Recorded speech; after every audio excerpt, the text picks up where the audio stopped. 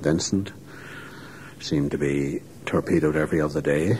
He had gone down twice and survived each time. December 1940, I can still remember it as if it was yesterday. We used to gather in our kitchen beside the fire in the evening, and my father would pull into the fire, and a few of his closest friends would have a bottle of stout. And the most important thing of all was to be absolutely quiet for the 9 o'clock news. And in those days, the 9 o'clock news used to give the details of which ships had been torpedoed that day, how many survivors, and how many people had lost their lives. Our submarines and aircraft in the Mediterranean have had big successes against Italian shipping. A 23,000-ton liner and a 10,000-ton cruiser have been torpedoed. Someday in 1940, December, we were listening that night to the news list of ships. There were quite a lot of ships went down that day.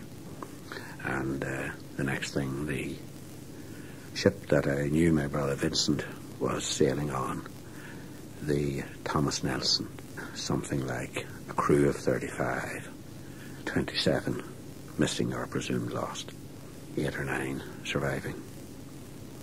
And of course the hopes were very, very low and very depressed.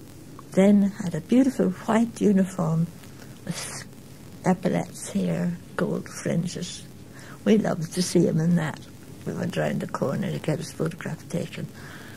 It's a lovely photograph. We've lost it somehow, it just disappeared.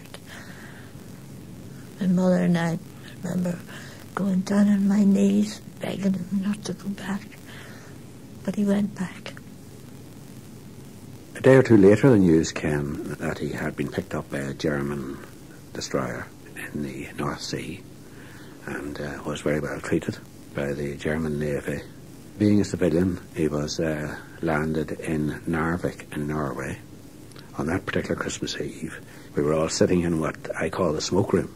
It was snowing, and the next thing, a knock came to the window, and we went out to the door, and who was there but Vincent? He had walked from Mendon Junction, and he was almost like a snowman.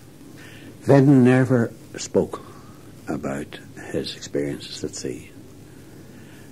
My only knowledge of what he went through was a diary which lay around the house here for the year 1942. It was very unusual insofar as that there were only 2 pages completed in the diary. They were a very detailed description of an incident where they were travelling in convoy across the Atlantic. The ship beside them was torpedoed, went down almost immediately. Vin described in detail a number of 20, 30, 40 people swimming in the water, holding on to pieces of wreckage. Vin and some of the other officers were very keen that the captain should go back to rescue them.